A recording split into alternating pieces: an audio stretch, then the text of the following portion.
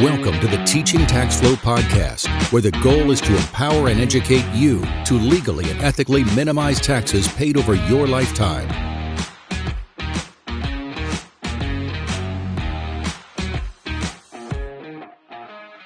Welcome back to the Teaching Tax Flow podcast, everybody. Today on episode 58, we are going to dive headfirst into what exactly is a QCD. So that's a Qualified Charitable Contribution, a QCD. We're getting towards the end of the year, so let's stop wasting time. Let's jump into it. Let's get it. But before we do that, let's take a moment and thank our sponsor. Are you leaving money on the table?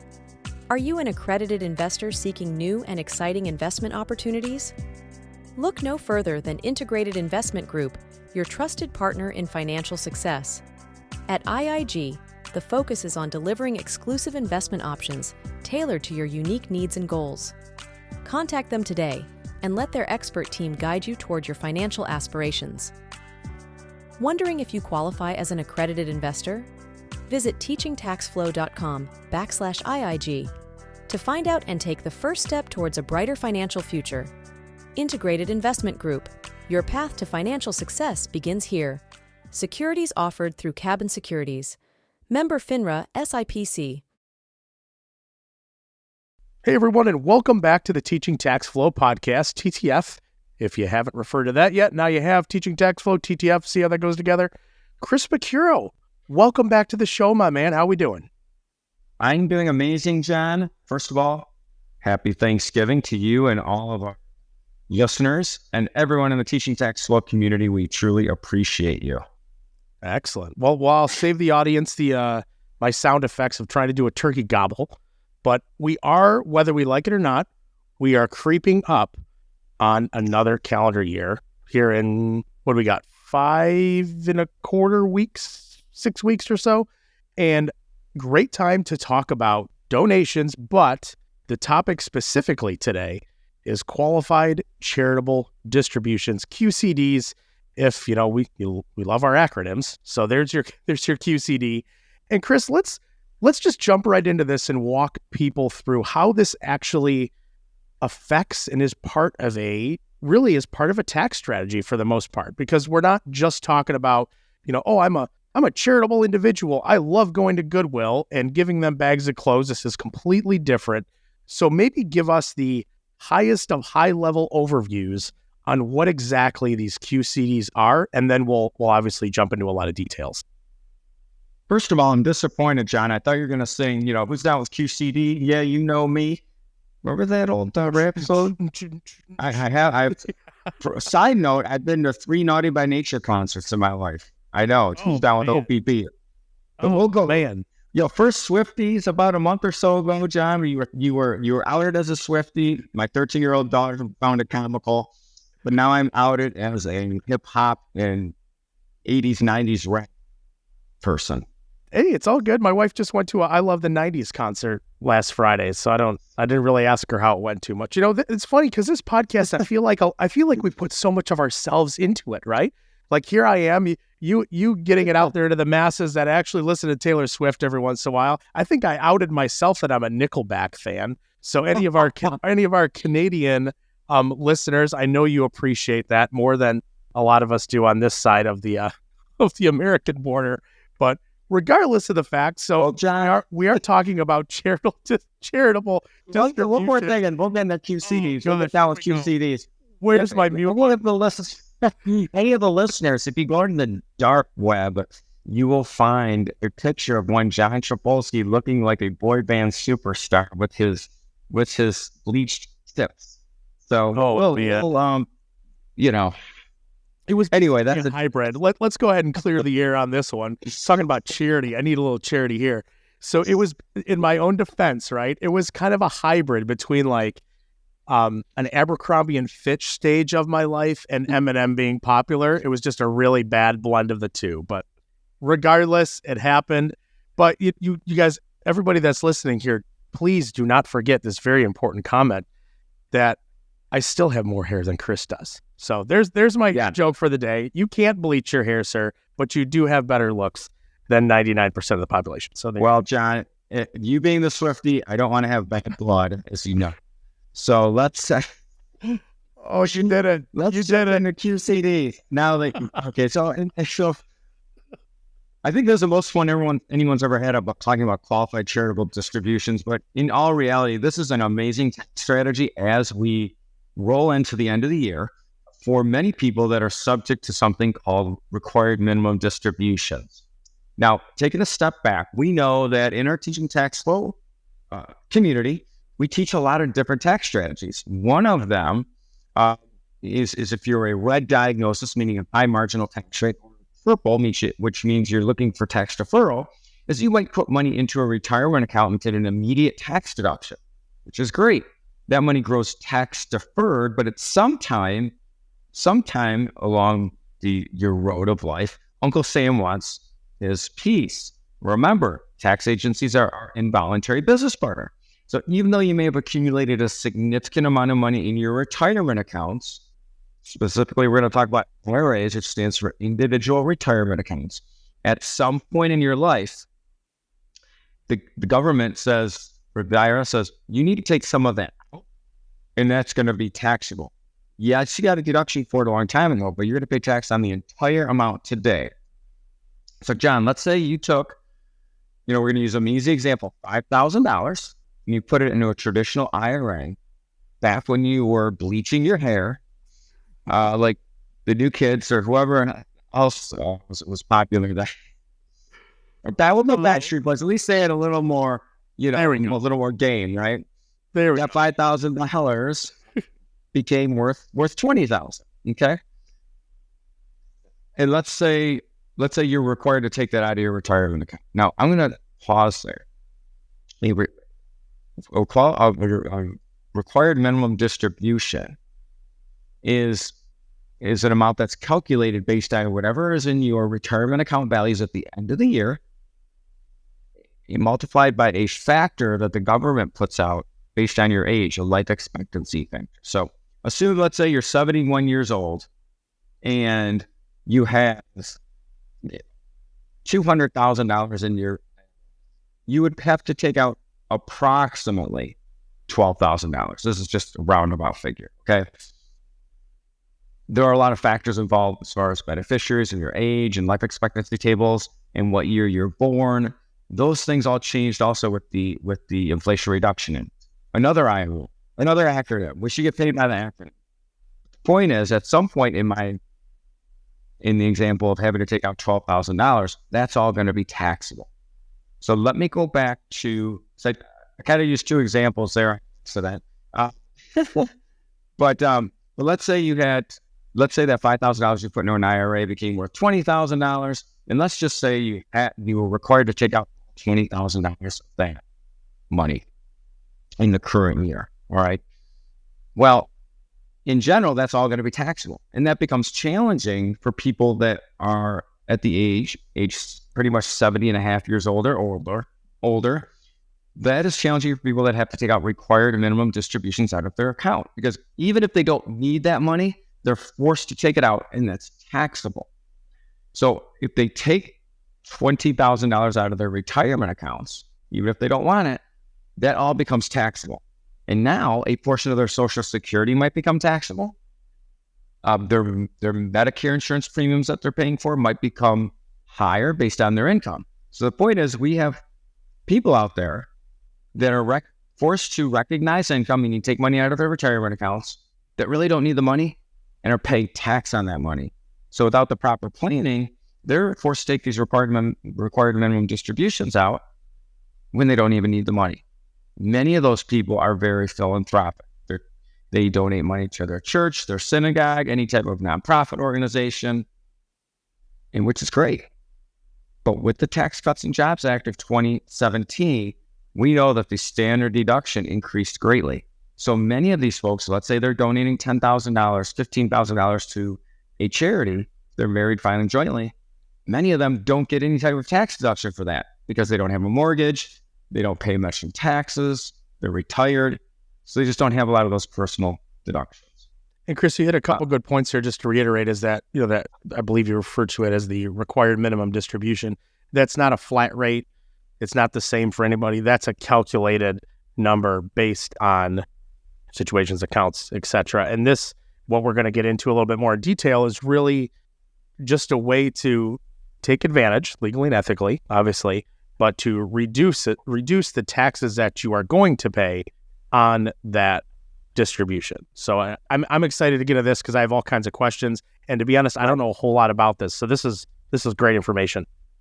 Well, so let's dive into the situation. We have, Uncle Daddy Warbucks and Auntie Warbucks. They have to take out $20,000. Let's assume they have to take out $20,000 out of their required minimum distribution. And let's assume they already donate about $15,000 to charity per year. Okay. Well, that $20,000, depending on what their marginal tax rate is, could be significant.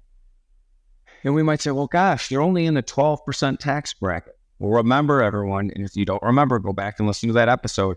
Marginal tax rate's different than tax bracket. They might be triggering a high tax based on a higher percentage of Social Security be taxable. Well, let's just assume they're going to pay a 25% tax on that distribution. So they take out $20,000, right? They pay $5,000 worth of tax, and they end up with $15,000 in their pocket. Well, if they like to donate $15,000 to charities, they have actually end up with zero, right? $15,000 goes to the charity. They might not be itemizing their deductions, and they end up with zero in their pocket, but 20 grand came out of their account. Well, if they decided to do a qualified charitable distribution, QCD, let's assume they meet all of the requirements. We are going to talk about the requirements for a few minutes in a couple minutes. What would happen is they would say, all right, I'm going to take out of the $20,000 of required minimum distribution, we're going to take $15,000 and send it right to the charities, church, synagogue, etc., that they would like to assist, they would like to donate to. That means the remaining $5,000 goes into their pocket, and they only pay tax on the $5,000. Well, if that tax rate's $1,250, they just reduced their tax burden by $3,750. They would have paid $5,000 on the distribution. Now they paid $1,250. So they paid 25% for the most Absolutely. Absolutely. Yeah. So the point is if you're taking required minimum distributions and you're currently donating to any type of charitable organization or church, you should deeply consider just doing the qualified charitable distribution. It's almost like you get out of paying the middleman, right? The middleman's the government. Now more of your money can go to the charity. And we know that, again, many of these, that there's several things that are based on your adjusted gross income. I mean, there are people that are mature age, that are living in subsidized housing, that they can't have a certain amount of income. There's just so many factors that reducing your adjusted gross income would be helpful. So the qualified charitable distribution is a great option for you, for anyone that feels benevolent. Let's put it that way.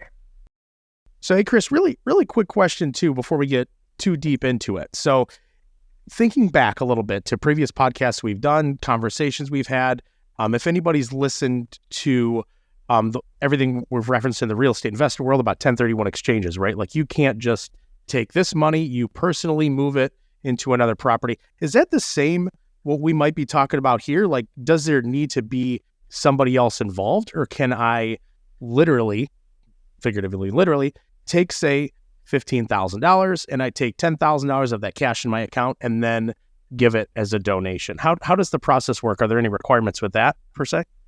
Yeah, so that's a good point. You definitely want to talk to your financial advisor and or wherever your account is held, your IRA, and make sure the distribution goes directly to an eligible charity. Because if it comes to you personally, and then you turn around and donate it, you have a taxable distribution, and then your donation might be tax deductible, but it might not be. So it's similar to, we talk about 1031 exchanges where there's a qualified intermediary. You definitely want that distribution to go directly to the qualified or eligible organization. So that's a good segue. This is it's something that, so when we talk about tax strategies and teaching tax flow, we talk about some of the strategies are basic, advanced, ultra advanced. I would say this one that borders on advanced, meaning that you could do it on your own, but you need to use what would be called an implementation partner, which is simply your financial advisor. Or if you let's say you have an account that you self-manage, you just go to whoever your broker is and make sure that, I'm sure there's a form when you do an IRA distribution to designate that it's a QCD, and then I'm sure you would put in the information about the charity, most likely name, federal identification number, address, et cetera, et cetera. So, but that's a good segue into qualifications. What does I say are the rules to make a qualified charitable distribution? So here's some of the main rules. One, you have to be at least 70 and a half to do this. So we know that typically you can start taking distributions out of your IRA and you're 59 and a half, but this strategy is meant to alleviate the burden of a required minimum distribution. So at 70 and a half years old, you could start to make QCDs. You could do up to $100,000 per year of QCDs. So believe it or not, there are people walking around out there with, millions and millions of dollars in their hands, and most of them don't need the money. But the government does want their tax, so they can't do 200,000. They would have and that's per individual. I imagine, right? That's per individual, not household. Correct. Great point. So that's up to 200,000 on a married filing joint situation, or even married filing separately people. These QCDs, they have to be made from traditional IRAs. Unfortunately, they can't be made from employer-sponsored plans at this time. And the donations that you touched on, they have to be made directly to the qualified charitable organization. So those are, again, churches, nonprofits, schools. That means that again, the money can never hit your personal bank account. Now, if for some reason you intended to do a QCD and you took a distribution, there are some rules as far as returning an IRA contribution. I think it's 60 days or 90. This is the dangerous part of me doing this off the top of my head, but there are rules of returning it and then executing the QCD. So there's sometimes some remedies. So we know that the QCD does count against your required minimum distributions. And here's what's going to happen. If you do a QCD, you'll still get what's called a Form 1099-R at the end of the year. That's simply the IRS form that reports any type of retirement plan distributions. You will report that on your personal return, but you will just simply, report, hey, I took $30,000, in my example, I took $20,000 out of my IRA, $15,000 went to it as a QCD, and $5,000 is taxable. And you have to do that before the end of the year. So that's why we wanted to do this podcast with about a month or so left in the year. This is a time of year where many people that do have required minimum distributions are trying to figure out, one, what account they're going to take their RMD from, and two, do they need the cash? Are they thinking about doing some year-end planning with charitable contributions? So this is a perfect time for someone to think about a qualified charitable distribution. Awesome. And Chris, you touched on a good point there too. Like if for whatever reason the funds hit your account, you distribute them. It's not the end of the world in most cases, but you can avoid yourself a little bit of hassle, a little bit of headaches, and just going about it this way, correct? You are correct. Awesome. This is a great strategy. I know you might be thinking, well, gosh, only people 70 and a half years old who could benefit from this strategy. That might be true. But we have are all of our listeners over 70 and a half years old? Maybe not. But you might have a parent, a grandparent, or you might be your taxer. You have a lot of tax professionals listen to this. This is a way. So you might know someone that is in this situation that might be this QCD strategy might be of interest. Awesome. Well, Chris, thanks for diving into this. And I'm sure this is actually a topic, a specific topic that's probably new to a lot of individuals. I know it was new to myself. I thought it was really what we talked about not doing, right? You take a distribution, you distribute it amongst charitable organizations at your own will, your own leisure, and then report it back. So this was great to dive into this.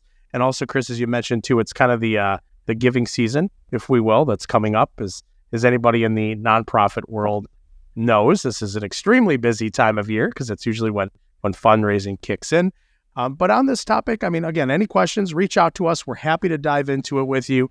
Any resources, we are here for that as well. So, as I always like to close up with, one of the two responses, same time, same place, next week, we will see you back here on the Teaching Tax Flow podcast.